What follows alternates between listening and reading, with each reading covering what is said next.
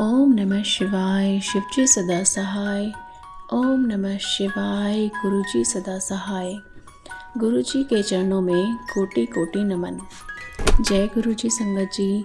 स्वागत है आप सभी का फ्रेग्रेंस ऑफ गुरुजी चैनल पर और मैं हूं आपके साथ मनीषा। तो संगत जी, आज हम पढ़ेंगे दिव्य आभा का अध्याय 85, जिसका शीर्षक है नानक चिंता मत कर। और यह जर्नी है श्री विजय कुमार पुष्कर्ण जी की, जो कि दिल्ली से हैं। तो चलिए संगत जी, देर ना करते हुए शुरू करते हैं। मैं गुड़गांव के सेक्टर 56 में 2003 में रहने के लिए आया। मुझे पता लगा कि यहाँ पर कोई भी मंदिर नहीं है। प्रभु कृपा से मेरी पहल पर मंदिर निर्माण के लिए स्थानीय नागरिकों का एक संगठन बनाया गया। थोड़े समय पश्चात फरवरी 2004 में हरियाणा नगर विकास निगम ने धार्मिक स्थान बनाने के लिए 1000 वर्ग गज भूमि खंड देने का निर्णय लिया। हमारे संगठन ने सेक्टर 56 में ऐसे एक भूमिखंड के लिए आवेदन किया। हमारे क्षेत्र में हो रहे योग और प्राणायाम सत्रों के माध्यम से मैं कमांडर शर्मा के संपर्क में आया। उन्होंने मुझे गुरुजी महाराज के बारे में बताया और कैसे उनके परिवार को उनका आशीर्वाद मिला था। कमांडर ने यह भी सुझाव दिया कि यदि संगठन के सदस्य गुरुजी के पास जाकर उनसे अनुग्रह करें तो मंदिर निश्चित ही बन जाएगा। उसके पश्चात 25 जुलाई 2004 को कमांडर शर्मा के साथ मैं पहली बार बड़े मंदिर गया। उसी दिन शाम को मैं अपनी पत्नी प्रीति के साथ गुड़गांव में श्री मदन के घर पर आयोजित एक सत्संग में गया। वहाँ पर कई अनुयायियों ने गुरुजी से संबंधित अपने संस्मरण सुनाए। संगत के सदस्य गुरुजी के चित्र के समक्ष अत्यंत प्रेम और श्रद्धा से नतमस्तक हो रहे थे। मुझे लग रहा था कि क्या यह गुरुजी का प्रचार करने का अपना ढंग है, परंतु मैंने अपने विचार अपने तक ही सीमित रखे। 4 दिन पश्चात संगठन के मुख्य कार्यकर्ता कमांडर शर्मा के साथ गुरुजी के दर्शन हेतु एम्पायर स्टेट गए। मुझे वहाँ का वातावरण अत्यंत सौम्य लगा। लंगर करने के पश्चात चलने से पूर्व हमने गुरुजी को अपना उद्देश्य बताया तो उन्होंने अपना आशीर्वाद दिया और कहा कि मंदिर बन जाएगा। कमांडर शर्मा अति प्रसन्न हुए। उन्हें पता था कि गुरुजी के आशीर्वाद के पश्चात हरियाणा नगर विकास निगम से भूमि मिल जाएगी और मंदिर का निर्माण भी पूरा हो जाएगा। भूमि आवंटन में अत्यधिक प्रतिस्पर्धा थी, किंतु गुरु कृपा से हमारे संगठन सनातन धर्म और समाज कल्याण संगठन को दिसंबर 2004 में भूमि मिली। फलस्वरूप संगठन में 60 आजीवन सदस्य सम्मिलित हो गए।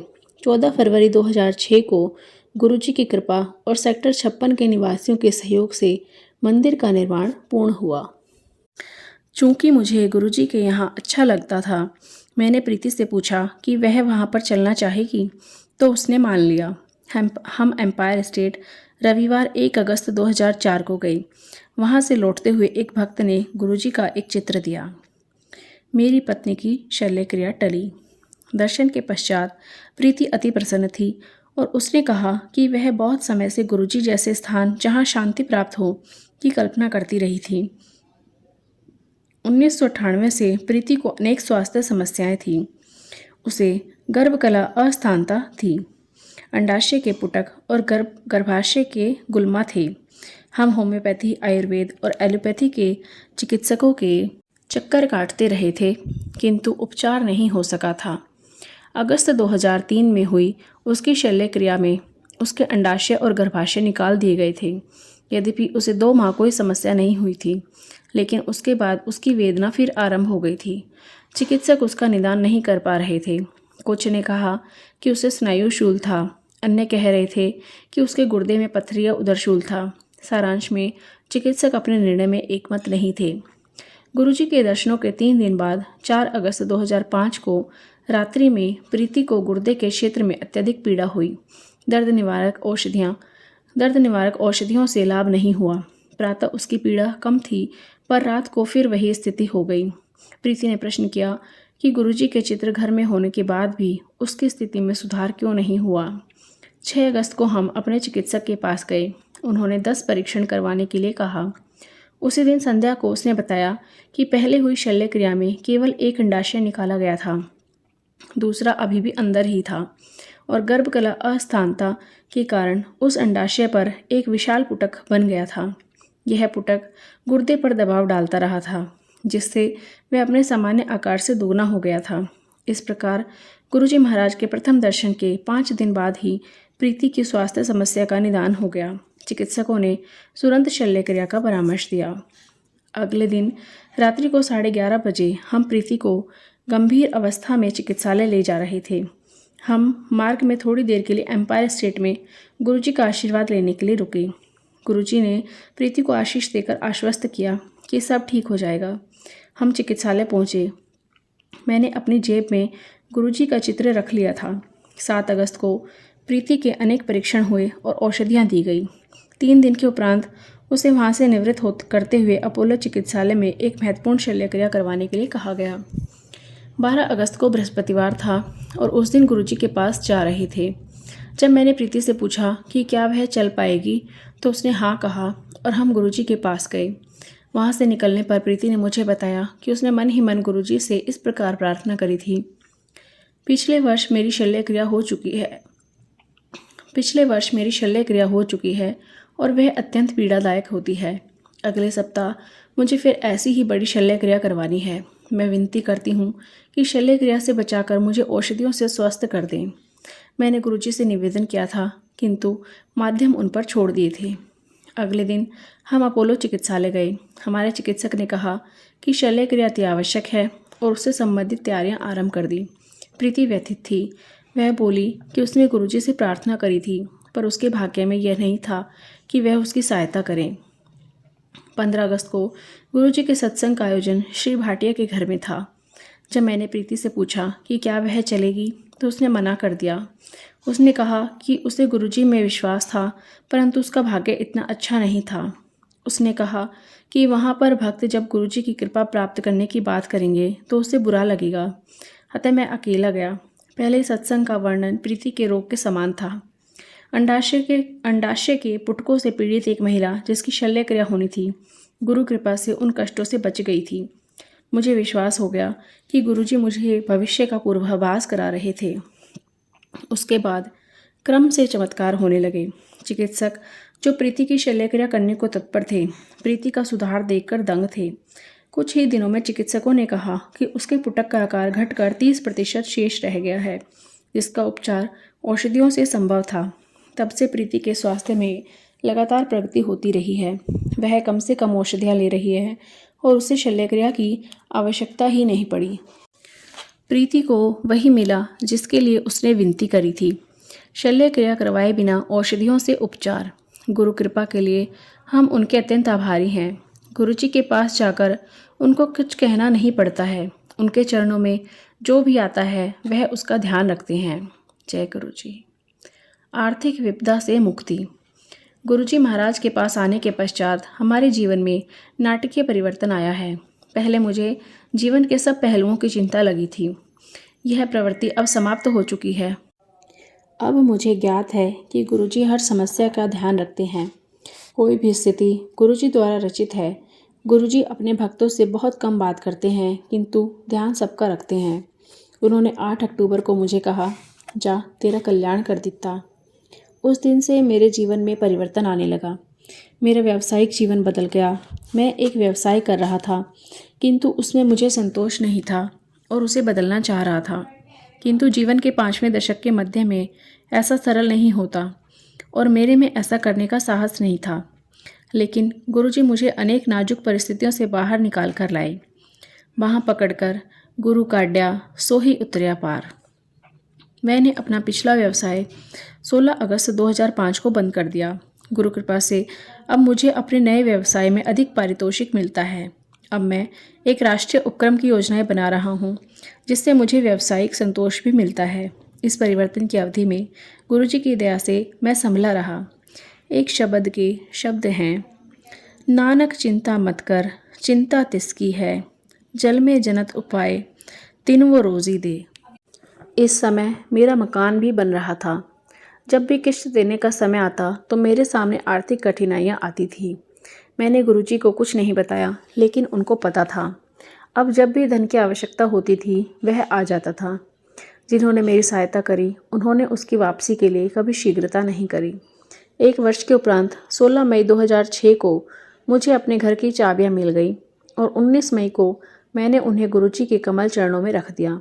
आर्थिक संकट की अवधि में उन्होंने ही मेरी सहायता करी थी। मेरे लिए गुरुजी ईश्वर हैं। प्रतिदिन मैं एक मंदिर में जाया करता था। मैं अनेक देवी देवताओं की पूजा करता था। अब मुझे गुरुजी में प्रत्येक देवी देवता दिख जाते हैं। एक को नाम धिये मन मेरे। मुझे अब मात्र एक मंत्र पता है, ओम नमः शिवाय, गुरुजी सदा सहाय। मैंने अपने सम्मुख ईश्वर को देखा है। मुझे अब कहीं अन्यत्र जाने की आवश्यकता नहीं है। मेरी खोज गुरुजी के कमल चरणों में आकर समाप्त है। जय गुरुजी। सुरक्षा कर्मी को जीवन दान। फरवरी 2005 में एक दिन मैं अपने कार्यालय जा रहा था कि मैंने एक 20 वर्षीय सुरक्षा कर्मी को सड़क पर पड़े हुए देखा। कुछ लोग उसे घेर कर खड़े हुए देख रहे थे। मैंने उसका मुंह खोला तो वह सांस ले रहा था, किंतु उसके साथ उसके मुख से रक्त और झाग निकल रहे थे। उसकी यह अवस्था देखकर स्पष्ट था कि उसके जीवन का कुछ ही समय शेष है। मैंने अपनी आंखें बंद कर गुरुजी से उसे बचाने के लिए प्रार्थना करी। आंखें खोलने पर मैं चकित रह गया। आधे मिनट में वह उठकर खड़ा हो गया था। मैंने गुरुजी को धन्यवाद दिया और उससे उसका नाम और पता पूछा। उसके सही उत्तर से प्रतीत हुआ कि वह ठीक था। मैं अपने कार्यालय आ गया। मुझे आभास हो गया था कि गुरुजी सदा हमारे साथ हैं। जब भी उनको याद करते हैं वह उत्तर देते हैं। जब मुझे गुरुजी के मंदिर में आते रहने से पूर्ण शांति मिल गई थी, मैंने सतगुरु को अपने परिवार के सब सदस्यों को अपने कमल चरणों में स्थान देने का अनुरोध किया। गुरु कृपा से मेरे माता पिता, मेरे दोनों भाई और उनके परिवार, मेरी सास और मेरी पत्नी के भाई और उनका परिवार, सबको उनकी शरण मिली है और उनको भी अनेक अनुभव हुए हैं। गुरुजी ने हर एक को शांति, स्वास्थ्य और समृद्धि प्रदान किए हैं। सबकी प्रवृत्ति में परिवर्तन हुआ है। अब परिवार में अत्यंत प्रेम और सुख शांति है। जय गुरुजी। शिव नृत्य। मेरा छोटा भाई रमेश अपने परिवार के साथ मई 2005 में गुरुजी के दर्शन के लिए आया। लुधियाना लौटने के पश्चात उसकी पत्नी सोनल गंभीर रूप से बीमार हो गई। 4-5 दिन से उसका तापमान 104 रहा था और उसे मियादी ज्वर हो गया था। 5वें दिन स्वप्न में गुरुजी उसके स्वप्न में आए और विशु, उसके पुत्र के बारे में प्रश्न करके बोले कि वह उसे आशीर्वाद देने आए हैं। सोनल ने उत्तर दिया कि वह बाहर गया हुआ है, किंतु वह स्वयं बहुत रुग्ण है और मरना नहीं चाहती। गुरुजी ने उसे चिंता करने के लिए मना किया और अपना हाथ आशीर्वाद के लिए उठाया। उनके हाथ से कुछ किरणें निकलकर सोनल के शरीर में प्रवेश कर गई। उस रात उसे बहुत पसीना आया, ज्वर घटने के निश्चिंत चिन्ह। अगले दिन सुबह उठकर उसने फ़ोन पर मुझे स्वप्न के बारे में बताया। उस दिन से उसका ज्वर कम होना आरंभ हो गया और कुछ ही दिनों में वह पुनः स्वस्थ हो गई। एक ही दर्शन से गुरुजी ने उस पर अपनी दयावृष्टि कर दी थी। वह सब दर्शनार्थियों को देखते और परखते हैं और उनका ध्यान रखते हैं। गुरुजी महाराज की जय हो।